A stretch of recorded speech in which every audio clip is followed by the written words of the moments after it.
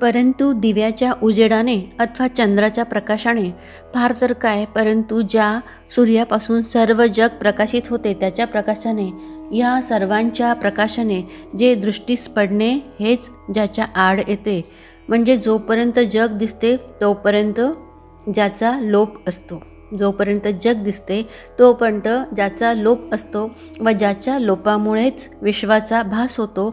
जसजसा शिंपीचा भास कमी होईल तसतसा रुपयाचा भास वाढतो, किंवा दोरीचा भास नाहीसा झाल्यावर सापाचा खरेपणा उघडकीस येतो.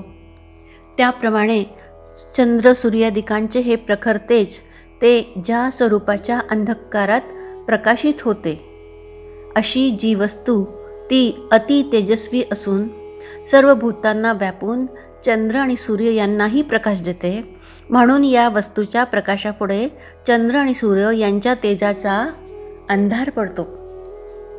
याकरिता सर्व तेजस्वी वस्तूत तेज देणारे असे या वस्तूंचे म्हणजे ब्रह्माचे स्वरूप आहे.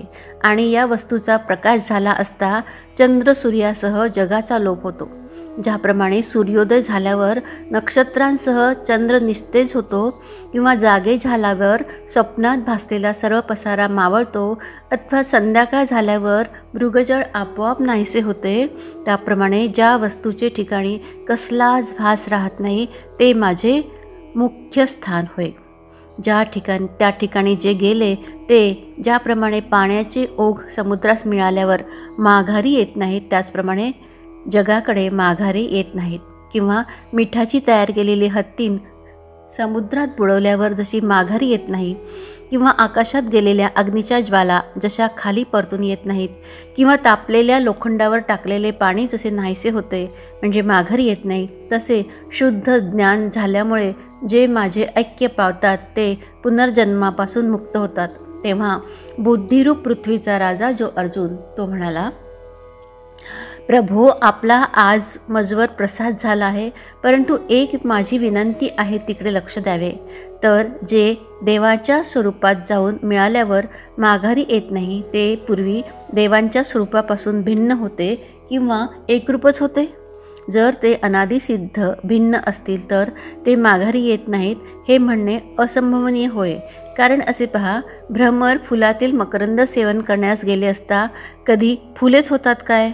दुसरे असे पहा, लक्षाहून वेगळे असे जे बाण ते सोडल्यावर ज्याप्रमाणे लक्षास भेदून पुन्हा खाली पडतातच ना, म्हणजे ऐक्य पावत नाहीत, त्याचप्रमाणे ते परत येतातच. तुमच्या स्वरूपात मिळाले असताही माघारी येत नाही हे म्हणणे शोभत नाही. नाहीतर तुम्ही तेच ते असे जर वस्तुतः असेल तर कोण कोणास मिळावयाचे? तुम्ही तेच ते असे जर असेल तर कोण कोणास मिळावयाचे? असे पहा, शस्त्राने शस्त्राचा आपला स्वतःचा छेद होतो काय? म्हणून देवा, तुमच्या स्वरूपाशी ज्यांचे ऐक्य आहे त्यांना तुमचा संयोग किंवा वियोग होतो असे कसे म्हणता येईल? अवयव आणि शरीर कधी एकमेकांपासून वेगळी होतात असे म्हणता येते का? येत नाही ना. बरे, जे नेहमी तुमच्या स्वरूपापासून भिन्न आहेत ते केव्हाही तुमच्या स्वरूपात ऐक्य पावायचे नाहीत, मग ते माघारी येतात किंवा येत नाहीत हे व्यर्थ बोलणे तरी कशाला हवे? तर श्रीकृष्णा, ज्या तुम्हाला सर्वत्र मुखे आहेत त्या तुमच्या स्वरूपात मिळाल्यावर कोण माघारी येत नाहीत ते मला नीट समजावून सांगा.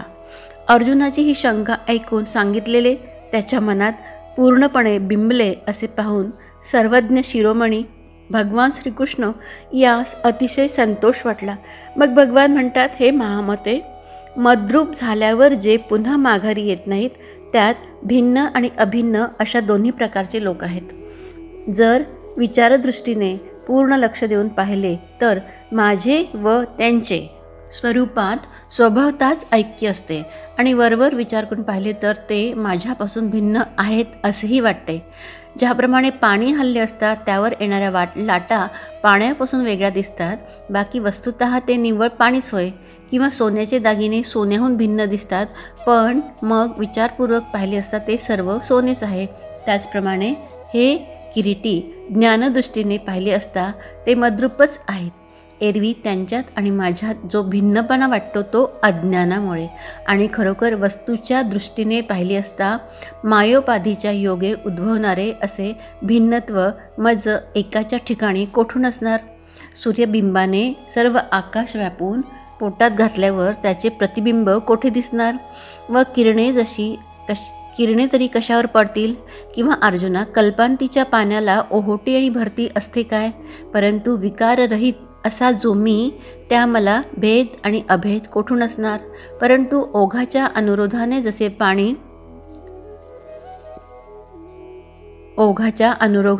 पाणी वाकडे होते, किंवा पाण्याच्या उपाधीने जसा सूर्याच्या बिंबास त्याच्या प्रतिबिंबाने दुजेपणा येतो, आकाश हे चौकोनी किंवा वाटोळे असे कसे म्हणता येईल? परंतु तेच घट आणि मठ यांच्या उपाधीने तसेच दिसते. अरे हे पहा, निद्रेच्या उपाधीने स्वप्नात ज्यावेळी मनुष्य राज्यपदावर आरूढ होतो, त्यावेळी राजा, प्रजा इत्यादी सर्व जग त्या एकट्यानेच व्याप्त होत नाही का? किंवा 16च्या दराच्या उत्तम सोन्यात किडाळ मिसळल्यावर ते कसास कमी उतरते, त्याप्रमाणे शुद्ध स्वरूप असा मी जेव्हा मायेने परिवेष्टित होतो, तेव्हा माझे ठिकाणी मायेच्या उपाधीने जीव आणि ईश्वर हे भाव उत्पन्न होतात. त्यावेळी एक अज्ञानच चहूकडे रूढ होते आणि त्या योगाने मी कोण असा विकल्प उत्पन्न होतो. मग पुष्कळ विचार करून असा निश्चय करतात की देहच मी, मनुष्यलोकी माझाच सनातन असा जीवरूप अंश आहे. तो प्रकृतीमध्ये असलेली पंचज्ञानेंद्रिये आणि मन यांना आकर्षित करतो. अशा प्रकारे आत्मज्ञान हे देहाकडेच आहे, देहा एवढेच आहे असे न समजता शरीराला मी म्हणणे याचेच नाव माझा अंश जाणणे होय.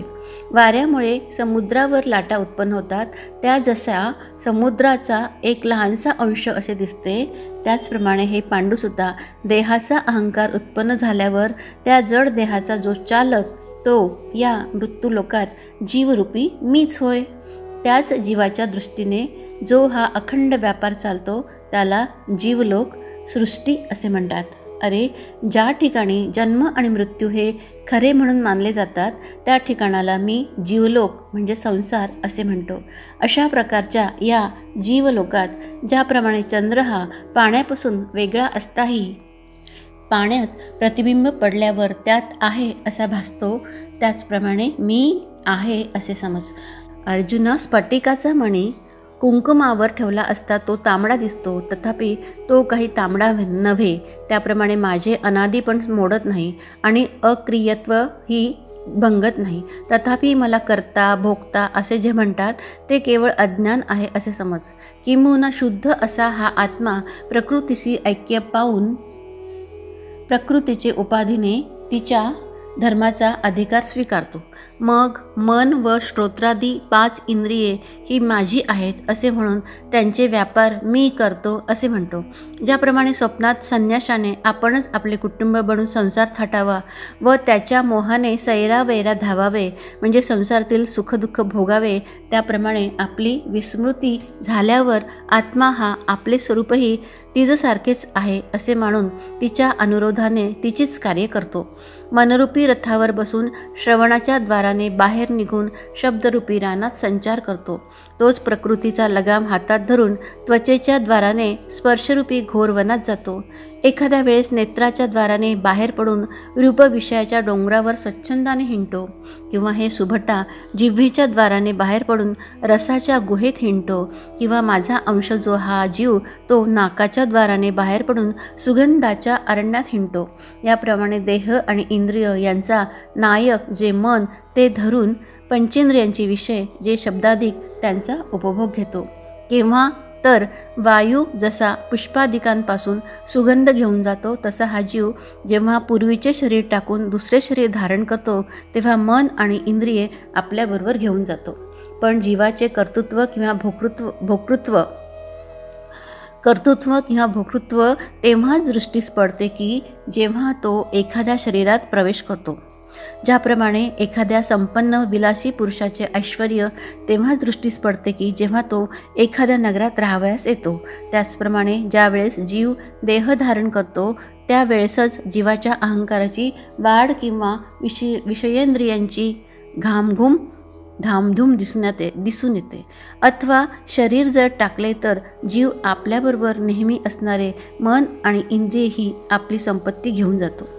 ज्याप्रमाणे अतिथी भोजनास आला असता त्याचा अपमान करून त्यास माघारे लावल्यावर तो आपले पुण्य घेऊन जातो, किंवा दोऱ्या काढून घेतल्यावर कळसूत्री बाहुल्यांची गती नाहीशी होते, अथवा सूर्य मावळला असता तो लोकांची दृष्टी बरोबर घेऊन जातो. फार काय सांगावे, वारा ज्याप्रमाणे आपल्याबरोबर पुष्पातील सुवास घेऊन जातो त्याचप्रमाणे हे धनंजया, जीव देहाला सोडून गेला म्हणजे आपल्याबरोबर 5 ज्ञानेंद्रिय आणि 6वे मन यांना घेऊन जातो.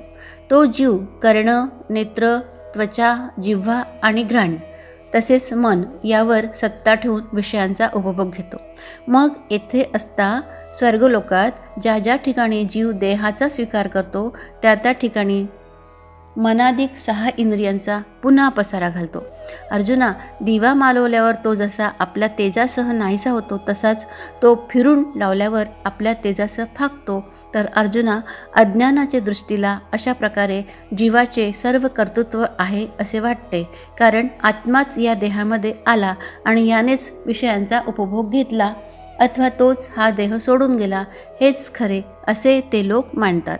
एरवी जन्म घेणे अथवा मरणे किंवा क्रिया करणे अथवा विषयांचा उपभोग घेणे हे प्रकृतीचे धर्म आहेत, पण त्यांनी हे आत्म्याचे मानले आहेत. देहापासून वियुक्त होणारा किंवा देहामध्येच असणारा शब्दादी विषयांचा उपभोग घेणारा अथवा सुखदुःखादिकांनी युक्त असणारा जो जीव त्याचे सत्वस्वरूप मूढ जनांना दिसत नाही. ज्यांना ज्ञानचक्षु आहेत त्यांना दिसते. यत्न करणारे योगी आपले ठिकाणी स्थिर असलेल्या जीवाला म्हणजे आत्म्याला पाहतात, आणि जे शास्त्र संस्कार रहित आणि अविचारी आहेत त्यांना यत्न करूनही जीवाचे स्वरूप दृष्टीस पडत नाही. परंतु लहानसा देह समोर पाहिल्यावर त्यात चेतना आल्यावर जी चळवळ दृष्टीस पडते त्या चळवळीच्या योगाने तो जन्मास आला असे म्हणतात. त्याचप्रमाणे हे सुभद्रापते, त्याच्या संगतीने इंद्रिये आपापले विषय सेवित असता जीव उपभोग घेतो असे म्हणतात. अरे, शरीर क्षीण होऊन भोग घेणे आपोआप संपल्यावर देह पडून नाहीसा झाला म्हणजे जीव गेला म्हणून हाका मारतात.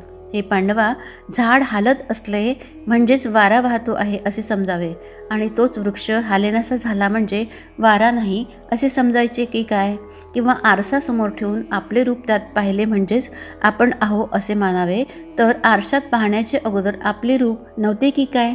अथवा तो आरसा बाजूस केल्यावर आपल्या रूपाचा लोप झाला म्हणून आपण या जगातून नाहीसे झालो असा निश्चय करावायचा की काय? आकाशात होणारा गडगडाट हा जरी खरोखरी आकाशापासूनच होतो तरी तो मेघांपासून होतो असा लोक त्याच्यावर आरोप घेतात. अथवा ढग वेगाने इकडून तिकडे जाऊ लागले म्हणजे त्यातून दिसणारा चंद्र जरी स्थिर आहे तरी तोच वेगाने धावतो आहे असा लोक आरोप घेतात.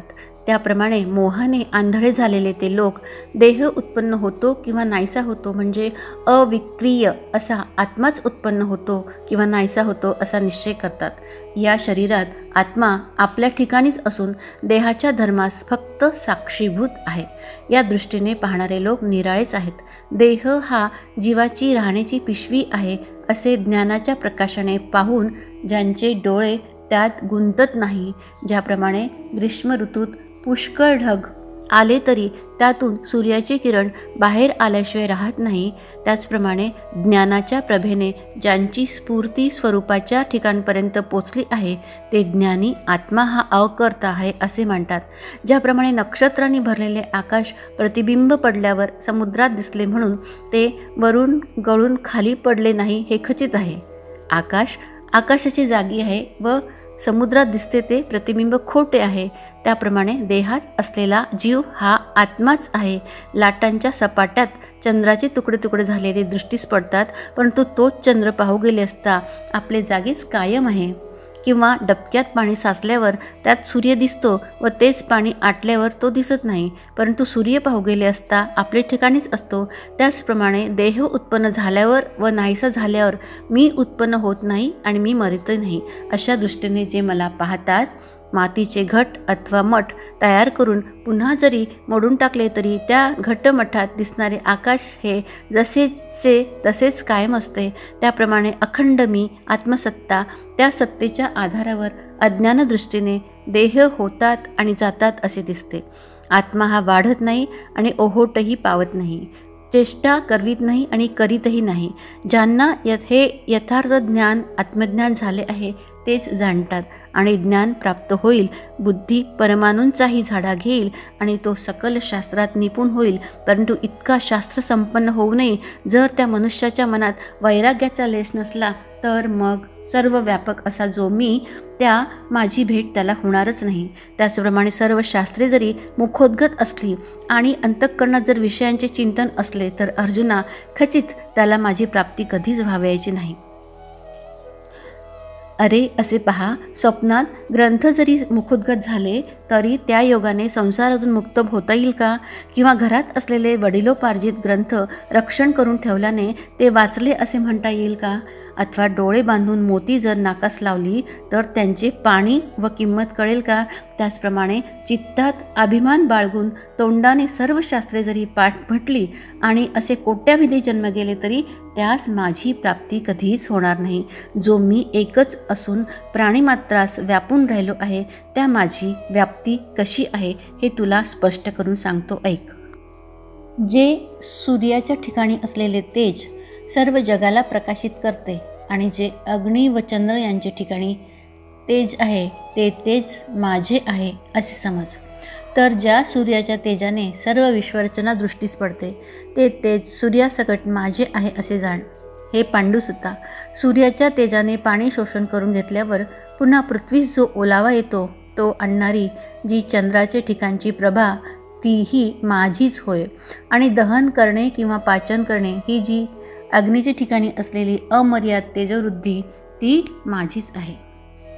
आता मी या पृथ्वीमध्ये प्रवेश करून आपल्या सामर्थ्याने सर्व भूते म्हणजे सर्व प्राणीमात्र धारण करतो आणि रसात्मक चंद्र होऊन सर्व औषधींचे पोषण करतो. मी पृथ्वीमध्ये शिरून तिला आधारभूत झालो आहे. म्हणूनच ही जरी रजकणांनी बनलेली मोठी ढेप आहे तरी समुद्राच्या अपार पाण्यात असूनही विरघळून जात नाही आणि ही आपल्या पृष्ठभागावर अपरिमित चराचर भूते प्राणीमात्र धारण करते. ती भूतेही मीच तिच्यामध्ये शिरून धारण करतो. हे पंडूसुद्धा मी आकाशात चंद्राच्या रूपाने जणू काय अमृताचे चालते सरोवरच झालो आहे आणि तेथून चंद्राच्या किरणरूपी ओघाने सर्व वनस्पतींचे पोषणही मीच करतो. अशा प्रकारे सर्व धान्यादिकांचे पोषण करून आणि नाना प्रकारच्या धान्यांची समृद्धी करून अन्नद्वारा प्राणीमात्रांचे रक्षण मीच करतो. आणि अन्न जरी उत्पन्न केले तरी प्राणीमात्रास ते असे कसे पचेल की ज्याच्या योगाने जीवास समाधान होईल. मी प्राण्यांच्या देहामध्ये शिरून आणि प्राण अपान इत्यादी वायूत मिळून जठराग्नी होऊन भक्ष्य भोज्य लेह्य आणि चोष्य अशा चतुर्विध अन्नाचे पचन करतो. म्हणून अर्जुना, प्राणीमात्रांच्या शरीरात नाभिकंदावर शेगडी पेटवून जठरामध्ये मीच प्रदीप्त झालो आहे. प्राण आणि अपान या वायूंच्या जोडभाताने रात्रंदिवस जो जठराग्नी पेटवून या उदरात किती अन्नाचा मी फन्ना करतो याचा पत्ताच नाही. कोरडे, स्निग्ध, शिजलेले, कच्चे असे कसलेही अन्न असले तरी मी त्याचे पचन करतो. नाना प्रकारे सर्व जगाचा निर्वाह ज्यावर होतो ते धान्य मी आणि जीवनाचे मुख्य साधन जो जठराग्नी तोही मीच आहे. आता यापेक्षा माझ्या व्यापकपणाचे नवल तुला काय सांगू. तर तू हे पक्के लक्षात ठेव की या जगात दुसरे काहीच नाही, सर्वत्र मीच मी भरलेला आहे. तर मग या जगात काही प्राणी सर्वदा सुखी दिसतात व काही दुःखाने अगदी व्याप्त झालेले दिसतात. ते कशाने? जसे एखाद्या शहरात एकाच दिव्याने सर्व दिवे लागले तर त्यापैकी काही दिवे प्रकाश करतात आणि काही करीत नाहीत. असे कसे होईल का?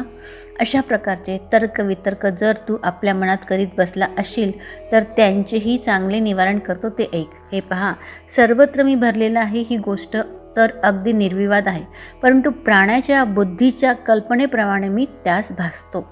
ज्याप्रमाणे एकाच आकाशध्वनीचे निरनिराळ्या वाद्यांच्या अनुरोधाने निरनिराळे नाद ऐकू येतात, किंवा सूर्य एकच आहे पण तो उगवल्यावर लोकांच्या व्यापारास निरनिराळ्या प्रकारे उपयोगी पडतो, अथवा पाणी एकच असून बीजांच्या निरनिराळ्या धर्माप्रमाणे झाडांमध्ये उत्पन्न होते, म्हणजे निरनिराळी झाडे उत्पन्न होतात, त्याप्रमाणे मी एकच असून निरनिराळ्या प्राण्यांच्या ठिकाणी माझे स्वरूप परिणाम पावले आहेत. अरे, एक अज्ञान आणि एक चतुर अशा दोघा वाटसरूंच्या दृष्टीस 2 सरांचा नीलमण्यांचा एक हार पडला. तेव्हा जो अज्ञानी होता त्याला तो सर्प असे वाटून भीती उत्पन्न झाली, आणि दुसरा तो चतुर होता त्याला तो हार आहे असे वाटून सुख झाले. हे असो, स्वाती नक्षत्राचे पाणी सारखेच असून ते शिंपल्यात पडले असता त्यांची मोते होतात, आणि सर्पाच्या तोंडात पडले असता विष उत्पन्न होते. त्याप्रमाणे जे ज्ञानी आहेत त्यांना मजपासून सुख उत्पन्न होते, आणि जे अज्ञानी आहेत त्यांना दुःख. मी सर्वांच्या हृदयामध्ये प्रवेश करून राहतो. मजपासून सर्वांना स्मृती, ज्ञान आणि या दोहोंचा अभाव म्हणजे विस्मरण आणि अज्ञान हे सुद्धा उत्पन्न होतात. सर्व वेदांनी जाणण्यास मीच योग्य आहे. वेदांताचा सिद्धांत करणारा व त्याचा ज्ञाताही मीच आहे. एरवी सर्व प्राण्यांच्या हृदयात मी अमुक आहे अशी बुद्धी म्हणजे अहंकार रात्रंदिवस असते, तीही मीच आहे. परंतु साधूंच्या समागमाने, योग आणि ज्ञान यांच्या अभ्यासाने आणि वैराग्यासह वर्तमान गुरुचरणांच्या सेवेने एवं अशा सदाचरणानेच सर्व अज्ञान नाहीसे होऊन त्याचा मीपणा आत्मस्वरूपात लय पावतो. मग आत्मस्वरूपाकडे दृष्टी गेल्यावर मज आत्म्याच्या योगाने तो नेहमी सुखातच असतो. अशी स्थिती होण्यास माझ्याशिवाय दुसरा कोणी कारणीभूत आहे का? हे धनंजया, सूर्य उगवल्यावर सूर्याच्या तेजानेच सूर्य पाहावा लागतो. त्याप्रमाणे मला जाणण्यास मीच कारण आहे, किंवा आत्म्याहून वेगळे जे शरीर त्याची सेवा करण्यात व संसाराची बढाई ऐकण्यात ज्यांचा देहाविषयी मीपणा कायम झाला आहे, ते स्वर्ग आणि संसार या सुखाच्या प्राप्तीकरता कर्ममार्गाचे आचरण करतात. त्यामुळे त्यांना दुःखाचा शेलकावाटा प्राप्त होतो. परंतु अर्जुना, ही स्थिती त्या अज्ञानी लोकास माझ्यापासूनच प्राप्त होते.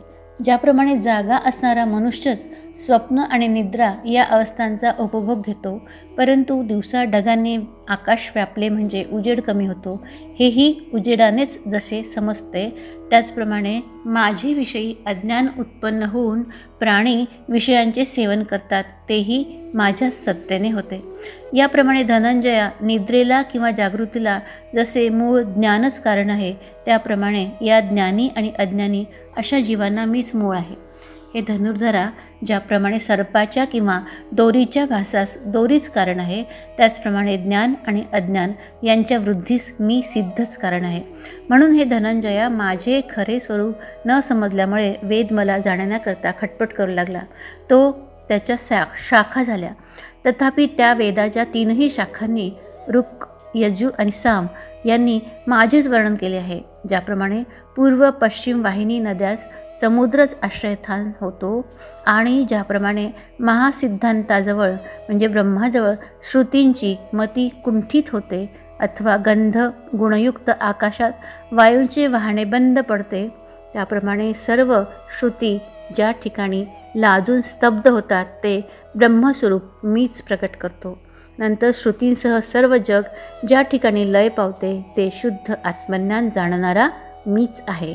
ज्याप्रमाणे निजलेल्या मनुष्यास जागे केल्यावर स्वप्नात भासलेल्या वस्तू आपणच झालो होतो असे तो समजतो, त्याचप्रमाणे जागृत वस्थेतही आपण एकटेच आहो हेही तो समजतो. त्याप्रमाणे जगाच्या उपाधीशिवाय जे माझे आत्मस्वरूप त्याचा बोध होण्यास मीच कारण आहे, आणि ते आत्मस्वरूपही मीच होय.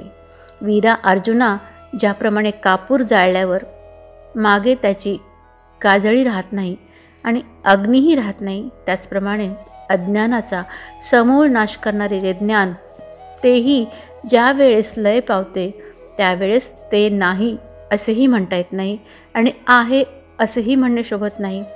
हे पहा, मागमूस न ठेवता विश्वाला घेऊन जाणारा जो चोर, त्याला कोणी कोठे शोधावे? असे जे न कळणारे शुद्ध स्वरूप ते मी. याप्रमाणे मोक्षदाता जो कृष्ण परमात्मा, त्याने आपल्या उपाधिरहित शुद्ध स्वरूपापर्यंत आपणच सर्व दृश्य आणि अदृश्य पदार्थात कसे व्यापून राहिलो आहे ते सांगितले. ज्याप्रमाणे आकाशात चंद्रोदय झाल्यावर क्षीरसमुद्रात त्याचे पूर्ण प्रतिबिंब दिसते, त्याचप्रमाणे श्रीकृष्णाने केलेला हा सर्व बोध अर्जुनाच्या मनात पूर्ण ठसला. चित्रे काढलेल्या भिंतीच्या समोरील भिंत घोटून गुळगुळीत केल्यावर तीत ज्याप्रमाणे त्या चित्रांचे प्रतिबिंब दिसते, त्याचप्रमाणे वैकुंठ नायक जो कृष्ण परमात्मा त्याच्या मनातील बोध अर्जुनाच्या शुद्ध अंतःकरणामध्ये प्रतिबिंबित झाला. मग अनुभव घेणाऱ्यात श्रेष्ठ असा जो अर्जुन तो म्हणाला, धन्य ते ब्रह्म, की त्याचे स्वरूप जो जो समजेल तो तो त्याची गोडी वाढते. देवा, आपल्या व्यापकपणाचे वर्णन करताना आपण प्रसंगानुसार जे निरुपाधिक स्वरूपाचे वर्णन केले ते निरुपाधिक स्वरूप एक वेळ मज करता स्पष्ट करा. तेव्हा द्वारकानाथ म्हणाले, भले शाब्बास, हे अर्जुना, आम्हाला असा प्रश्न करणाराच मिळत नाही. तू आज अशा रीतीने स्पष्ट प्रश्न केलास, त्यामुळे आमचे मनोदय सफल झाले. अद्वैत प्राप्तीनंतर होणाऱ्या सुखानुभवास आज तू निर्मल स्थानच झाला आहेस आणि हा प्रश्न करून माझ्या सुखाचीच मला प्राप्ती करून देत आहेस. ज्याप्रमाणे आरशात पाहिल्यावर आपले स्वरूप आपल्या नेत्रांनी दिसते, त्याचप्रमाणे तुझ्याबरोबर संवाद केल्यामुळे मला आत्मसुख झाले आहे. म्हणून तू संवाद करणाऱ्यात शिरोमणी आहेस. मित्र अर्जुना, तुला समजत नाही म्हणून तो आम्हास विचारावे आणि आम्ही तुझी समजूत करून द्यावी, अशी तुझी योग्यता नाही बरे. असे म्हणून देवांनी अर्जुनास आलिंगन देऊन त्याचकडे कृपादृष्टीने अवलोकन केले. मग अर्जुनाशी काय बोलू लागले तर, ज्याप्रमाणे दोन्ही ओठांपासून एकच बोलणे निघते किंवा दोन्ही पायांनी एकच चालणे होते, त्याचप्रमाणे तुझे पुसणे आणि माझे सांगणे ही दोन्ही एकच आहेत. याप्रमाणे तुझे आणि माझे स्वरूप एकच आहे असे समज, आणि मी सांगणारा आणि तू पुसणारा हे आपण दोघेही एकच आहोत असे म्हणाले. आणि असे बोलता बोलता मोहाने भुलून जाऊन अर्जुनास आलिंगन देऊन तसेच उभे राहिले. इतक्यात चकित होऊन म्हणाले, इतके प्रेम चांगले नाही. उसाच्या रसाची गुळाची ढेप करतेवेळी त्यात ज्याप्रमाणे हीन असा क्षार घालावा लागतो, त्याप्रमाणे आमच्या संवादरूपी सुखात द्वैत उत्पन्न केले नाही तर आज आलेले प्रेम नाहीसे होईल. अर्जुन, नर आणि मी नारायण असल्यामुळे आम्हा दोघात आधीच भेद नाही, पण मला आलेले हे प्रेमाचे भरते आता माझ्या ठिकाणी जिरू द्या. याप्रमाणे बुद्धी स्थिर करून श्रीकृष्ण भगवान म्हणाले, हे वीरश्रेष्ठा, तू मला काय प्रश्न केलास? इकडे अर्जुन जो श्रीकृष्णाच्या ध्यानात निमग्न झालेला होता, तो देहभानावर येऊन आपल्या प्रश्नाचे उत्तर ऐकण्यास तयार झाला. तेव्हा सद्गतीत वाणीने अर्जुनाने म्हटले, देवा, आपले निरुपाधिक रूप कोणते ते सांगा. अर्जुनाचे हे भाषण ऐकून तेच सांगण्याकरता श्रीकृष्ण भगवान प्रथम 2 प्रकारच्या उपाधींचे वर्णन करतात आणि निर्गुण रूप सांगा म्हणून विचारले असता उपाधीविषयी भगवान अगोदर वर्णन का करतात, अशी जर कोणास शंका येईल तर असे पहा की कोणी लोणी मागास आला तर ताक करून त्यातून ते त्याला काढून द्यावे लागते, किंवा शुद्ध सोने पाहिजे असल्यास ते जसे तावून त्यातील वाईट धातू काढावी लागते, त्याचप्रमाणे पाण्यावरील शेवाळच काढून टाकायचे असते, म्हणजे मग पाणी शुद्धच आहे. अथवा अभ्र नाहीसे झाल्यावर आकाश स्वच्छच असते. तांदूळावरील भाताचा कोंडा काढून टाकल्यावर तांदूळ हाती येण्यास काही हरकत असते का? त्याचप्रमाणे स्वरूपावरील उपाधी काढून टाकल्यावर विचार केला तर जे बाकी राहते तेच शुद्ध स्वरूप हे कोणास विचारावयास नको. त्याप्रमाणे कुलस्त्रीला तिच्या पतीचे नाव विचारल्याबरोबर जे नाव घेतले असता ती गप्प राहते तेच तिच्या पतीचे नाव समजवायचे. त्याचप्रमाणे जेथे शब्दांची गती कुंठित होते तेच अवर्णनीय असे शुद्ध स्वरूप होय. दुसरे असे पहा की या निरुपाधिक स्वरूपाचे वर्णन करणे म्हणजे वर्णन ज्याचे करता येत नाही, जशा स्वरूपाचे वर्णन करणे आहे. म्हणूनच लक्ष्मीपती उपाधींचे स्वरूप प्रथम सांगतात.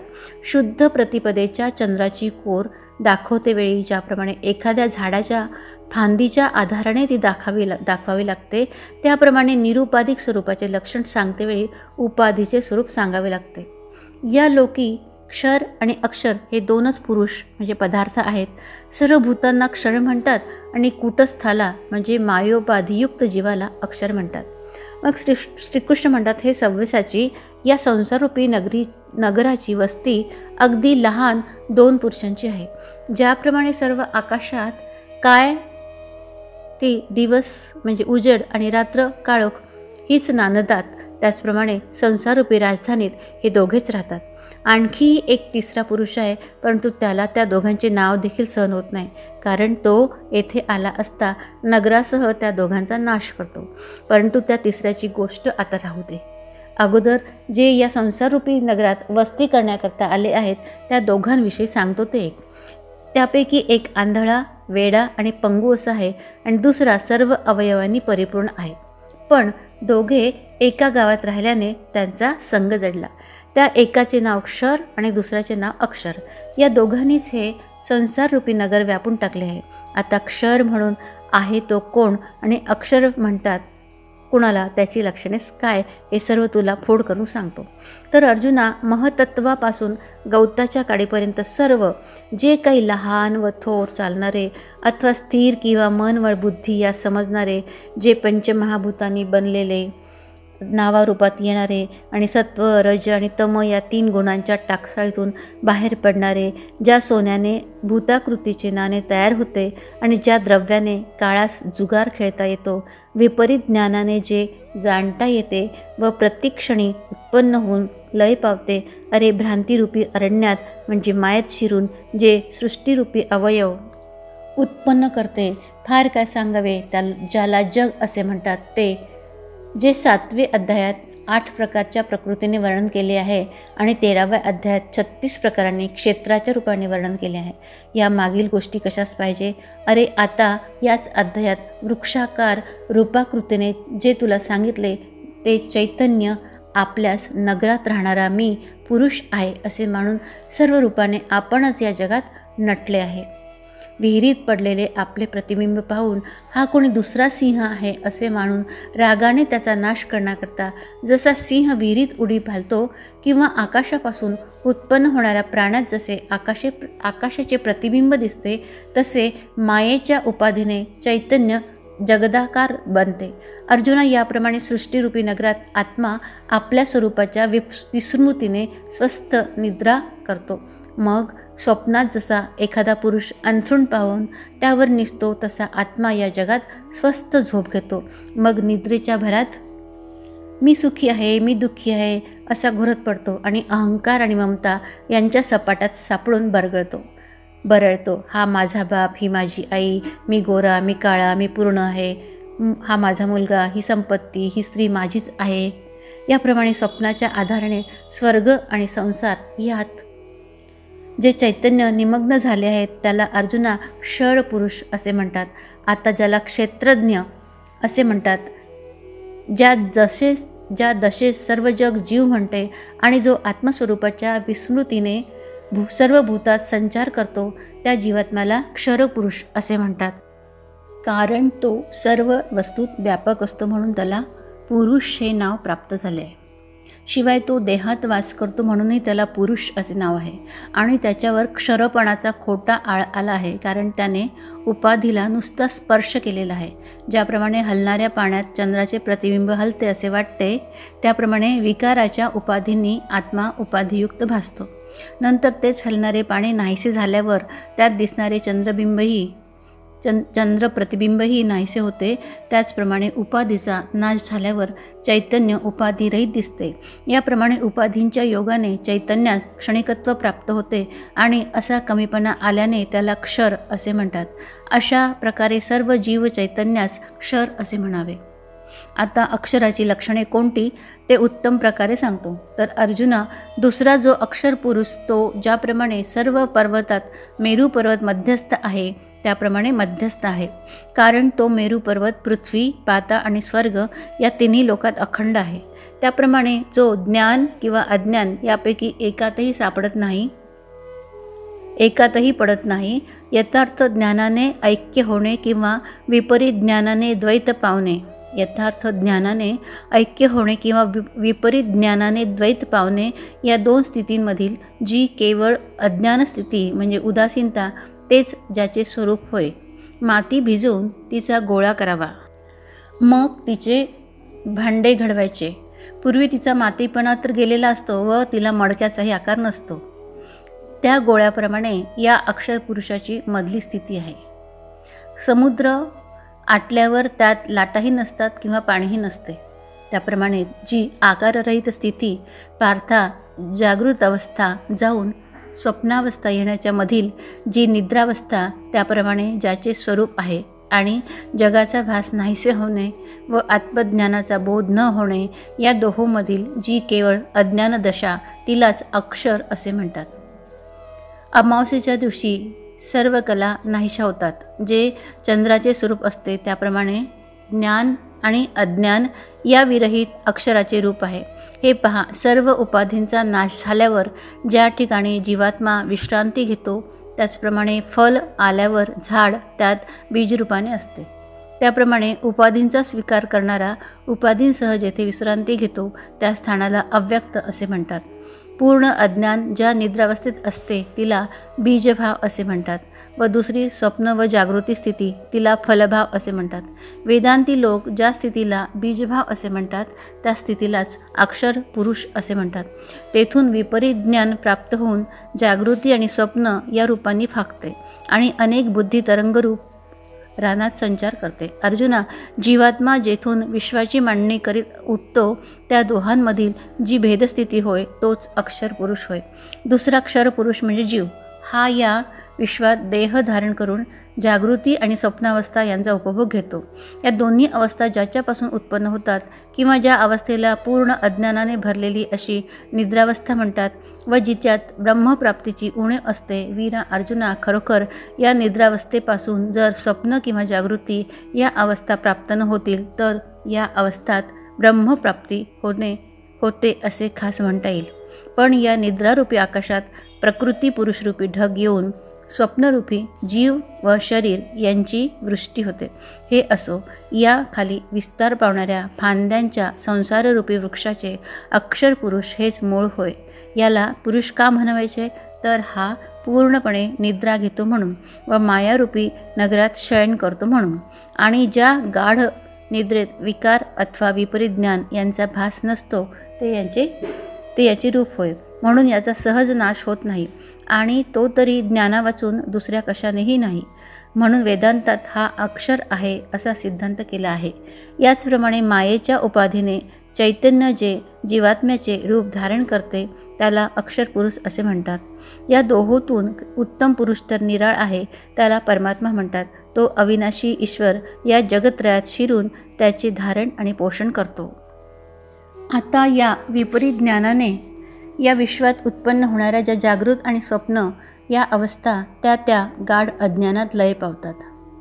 विपरीत ज्ञानाने या विश्वात उत्पन्न होणाऱ्या ज्या जागृत आणि स्वप्न या अवस्था आहे त्या गाढ अज्ञानात लय पावतात. ते अज्ञान ज्ञानात बुडून ज्ञानाच्याही पलीकडे गेल्यावर ज्याप्रमाणे अग्नी लाकडास जाळून मागाहून आपणही नाहीसा होतो, त्याचप्रमाणे ज्ञानाने अज्ञान नाहीसे केले आणि ब्रह्मस्वरूपाची प्राप्ती करून देऊन ते आपणही नष्ट झाले.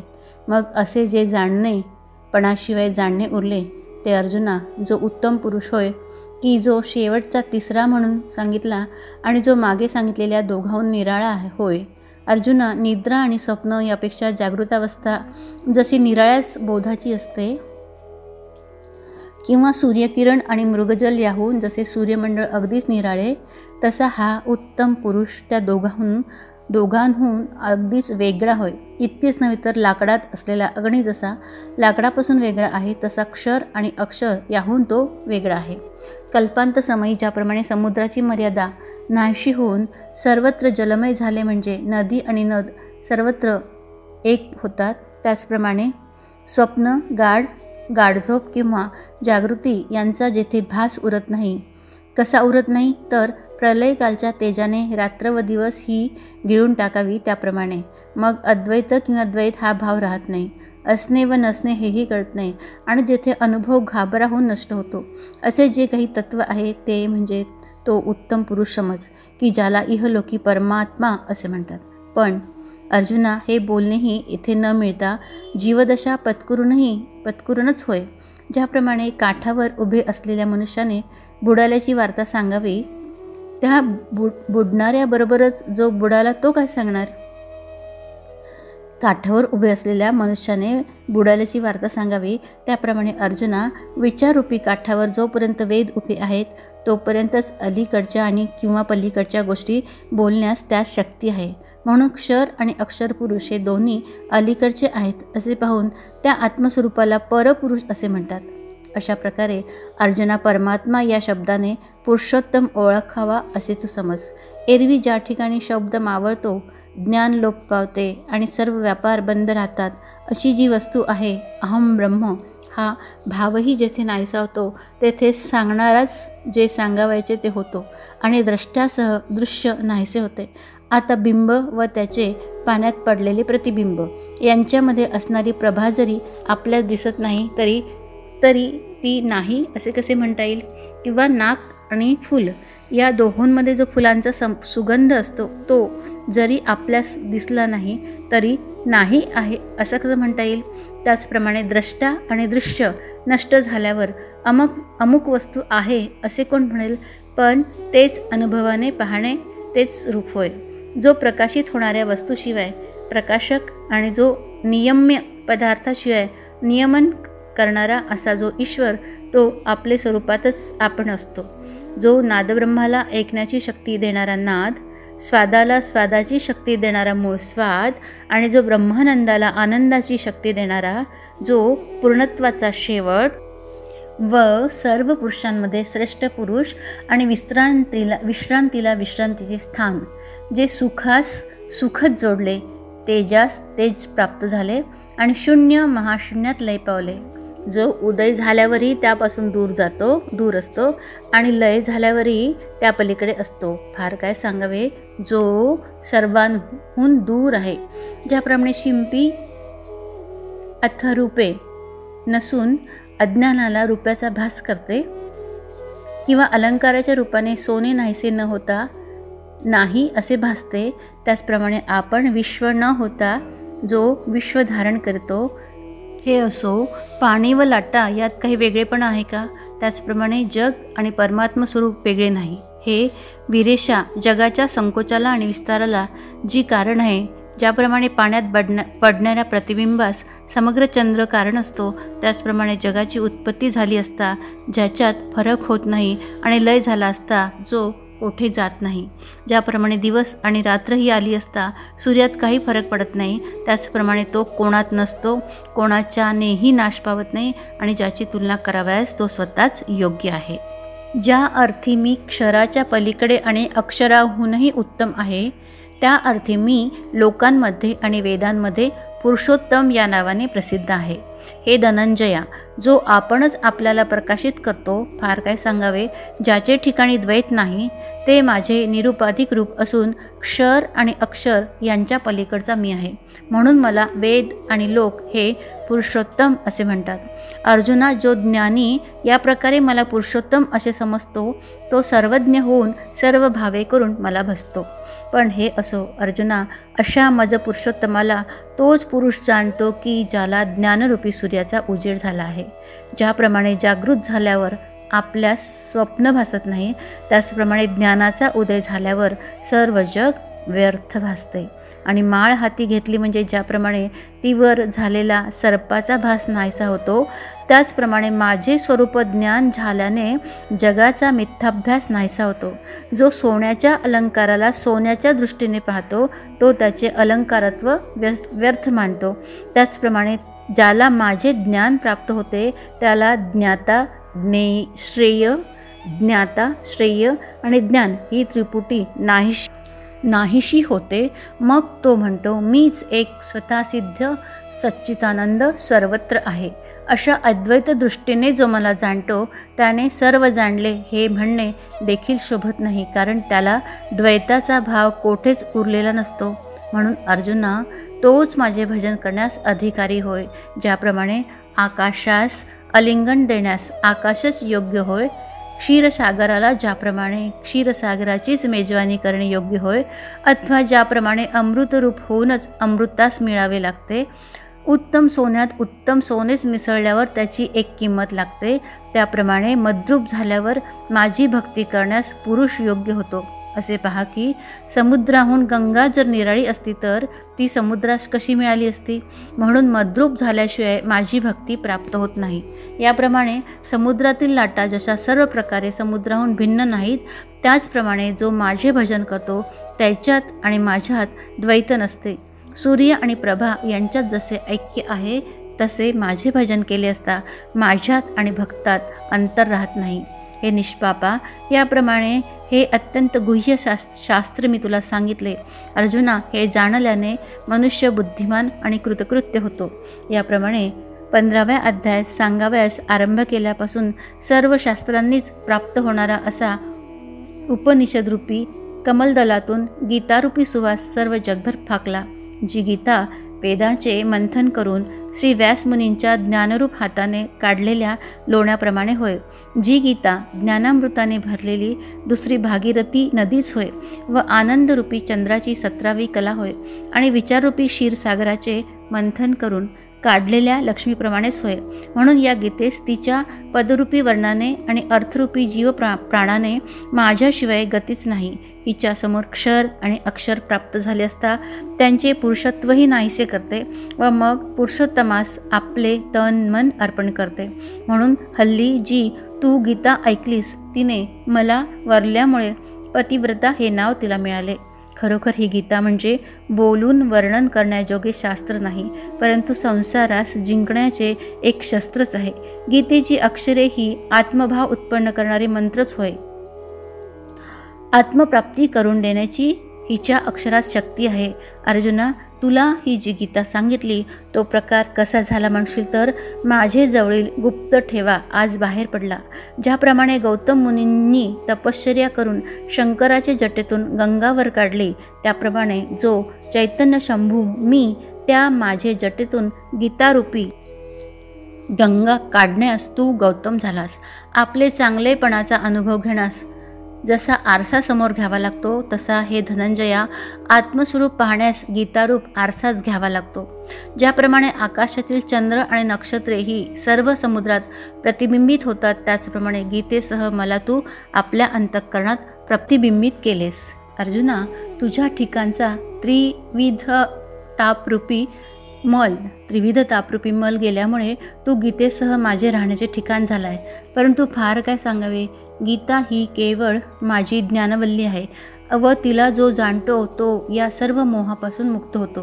हे पांडुसुद्धा, ज्याप्रमाणे अमृतरूपी नदीचे पाणी प्याल्यावर रोग नाहीसा होऊन अमरपण प्राप्त होते व तो दोषमुक्त होतो, त्याचप्रमाणे गीता पूर्णपणे समजल्यावर मोहाचा नाश होतो. यात आश्चर्य ते काय. परंतु आत्मज्ञानाच्या प्राप्तीने आत्मस्वरूपाशी ऐक्य होते. जे आत्मज्ञान प्राप्त झाले असता कर्मच आपोआप निष्कर्म होते व जे ज्ञानाची उतराई होऊन लय पावते. हे वीरविलासा अर्जुना, ज्याप्रमाणे हरवलेली जिन्नस सापडल्यावर त्या जिन्सेचा माग काढावयाचे काम संपते, त्याचप्रमाणे ज्ञानप्राप्ती झाली म्हणजे कर्मरूपी देवालयाचा कळस होतो. म्हणून ज्ञानप्राप्त झालेल्या पुरुषांची कर्मे आपोआप राहतात. अनाथाचा सखा जो श्रीकृष्ण भगवान तो याप्रमाणे बोलला. असे जे श्रीकृष्ण वदनातील अमृतरूपी भाषण पार्थाचे मनात ठसून वर उतू आले तेच व्यासांच्या कृपेने संजयास प्राप्त झाले. ते अमृत धृतराष्ट्र राजास प्याव्यास दिले तरी हे योग्यतेचे आहे असे त्याला वाटले नाही. एरवी अनाधिकारी मनुष्यास सहज गीता श्रवण झाले तरी त्याचा शेवट गोड होतो. द्राक्षाचे विलास पाण्याच्या ऐवजी दूध घालते वेळी ते ज्याप्रमाणे व्यर्थ गेलेस वाटते, परंतु तेच त्यावेळेस द्राक्षाचे घोस आले म्हणजे परिणाम गोड होतो. त्याचप्रमाणे श्रीहरीच्या मुखातील अक्षरे संजयाने अति आदराने धृतराष्ट्रास सांगितल्यावर काही कालाने तोही सुखी झाला. तीच अक्षरे मी ओबडधोबड मराठी भाषेत ज्याप्रमाणे मला समजली त्याप्रमाणे सांगितली. अरसिक मनुष्याने शेवंतीच्या झाडास हात लावला असता काटे बोसतात, परंतु जो जाणता आहे तो भ्रमराप्रमाणे शेवंतीच्या फुलातील सुगंध घेतो. त्याचप्रमाणे माझ्या बोलण्यात जे योग्य सिद्धांत असतील तेच आपण घ्यावे आणि उणे असतील ते टाकून द्यावे. कारण लहान बाळाला काही न समजणे हेच त्याचे ज्ञान होय.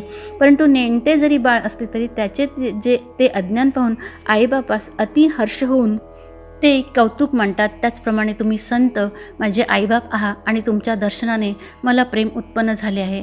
तर या ग्रंथाचे निमित्ताने ग्रंथ गोड मानून माझे लाड पुरवा. ज्ञानदेव म्हणतात, आता विश्वव्यापक असे जे माझे गुरु श्री निवृत्तीनाथ तेही माझी वाक्कृपी पूजा सेवन करोत. अध्याय 15. जय जय राम कृष्ण हरी. जय जय राम कृष्ण हरी. जय जय राम कृष्ण हरी.